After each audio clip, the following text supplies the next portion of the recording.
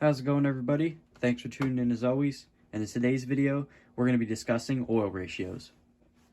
First thing we're going to be talking about is what I recommend running for break-in.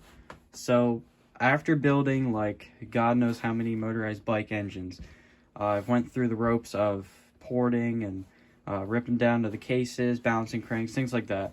Done a lot of modifications is the point, but I've tried a couple different brands. I've tried SuperTech, I've tried Lucas, I've tried different types of AMSoil, and we'll get to this in a second. I gotta really bust a myth here. So basically, I've ran a couple different types of oils. The first type of oil is the AMSoil Interceptor. The only downside to this oil is it's clear. So basically, when you mix your gas, it doesn't turn red or blue. It stays the same color as gas, which is just clear. So if you had like a bunch of gas cans in your garage, you wouldn't want to really mix them up. This I would recommend staying away from. However, the AMSoil Dominator is the better option in my opinion. It's just as good of an oil. It's a fully synthetic oil and it's colored. It has a dye into it. The downside to those two oils is in Canadian dollars, this is like 26 before taxes. So you're definitely paying a premium when it comes to synthetic oils. Next one here is my personal favorite. I've been running this Lucas oil for probably 2 years, and I was on and off for a while because I was testing out the AMSoil. And semi-synthetic is like the best of both worlds. In Canadian dollars, this is about 12 to 14, which is a lot cheaper than this option. It's not like bare bones SuperTech, which is a crude oil. It doesn't have any synthetic properties to it. But like I said, this is a well enough oil to get the job done. Our final candidate here is 4-stroke motor oil. I recommend staying away from this stuff, guys, because I've had a lot of people repeat misinformation that you can use this to get your way home. Like, let's say you run out of gas. If it's a die-hard situation, you don't have anybody to call, then feel free to do so. But the reality of it is, this causes, if you were to run this for even like 2 tanks, this would cause excessive carbon buildup. You would foul plugs like crazy. It has bad detergents in it that are not, they're very harmful to a 2-stroke engine. This is not designed to be burnt. These two are designed to be burnt. Stay away from that. Don't cheap out on oil. Go with a semi-synthetic or full synthetic after break-in. Now we're actually going to get to the part where I talk about some piston ring stuff and bore clearances, things like that. So during break-in, all you're literally doing, these piston rings right here, is you're literally just, I'm going to stick it in the bore to give you a representation here. You're basically just trying to seat that ring onto the bore itself. As the piston's moving up and down, it creates a seal. And you'll notice from, let's say you just do a compression test on a brand new motor, and it starts at about 90 psi. You run the thing, it goes up to 100, maybe 110. That's just how it is. It has to seat these rings. And you can do this improperly. We'll get to that in a sec, but as far as running full synthetic oil and break-in, never do this. Full synthetic oil is a very high quality oil. If you run a synthetic oil during break-in, what's going to occur, even in iron cylinders, is these rings are actually going to glaze the cylinder, which basically means they're not going to seal properly. So when it's inside the bore here, the piston rings themselves are going to glaze the cylinder, and it's not going to have any sealing properties.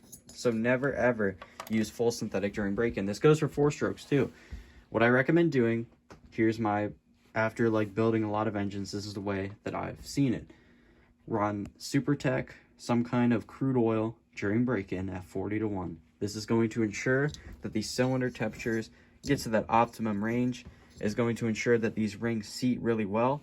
Obviously, vary the RPM. Don't go too hard for the first 2 to 3 tanks. Then, after that break-in period, make sure the rest of the build's solid, tighten your chain, do whatever you have to do. Then jump to a semi-synthetic, Lucas oil.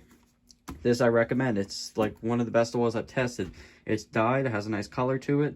It burns clean. The piston does not get any kind of carbon buildup, maybe a slight amount, but compared, honestly, I've had more carbon buildup with this than I have with the Lucas. When I take my cylinder head off and inspect it and things like that, I've noticed this burns cleaner. So sometimes cheaper is the way to go.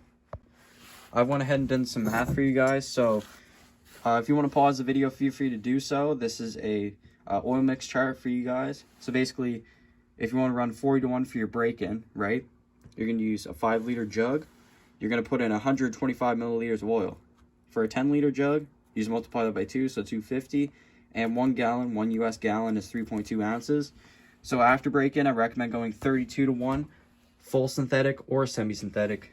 And for that, you want to do 5 liters, 156 milliliters. For 10 liters, 313. And for 1 US gallon, 4.0 ounces.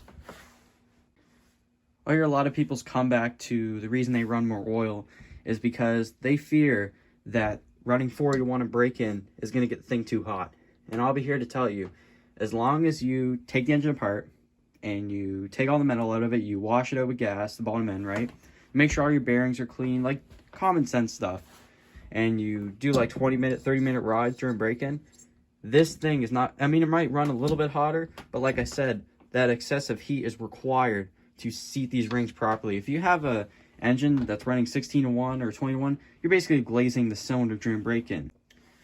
So I'll hear a lot of people, they tell their own ways of breaking an engine in. Like I said, this is the way that I do it. You know, if you feel free to put in the comments of your way of doing it.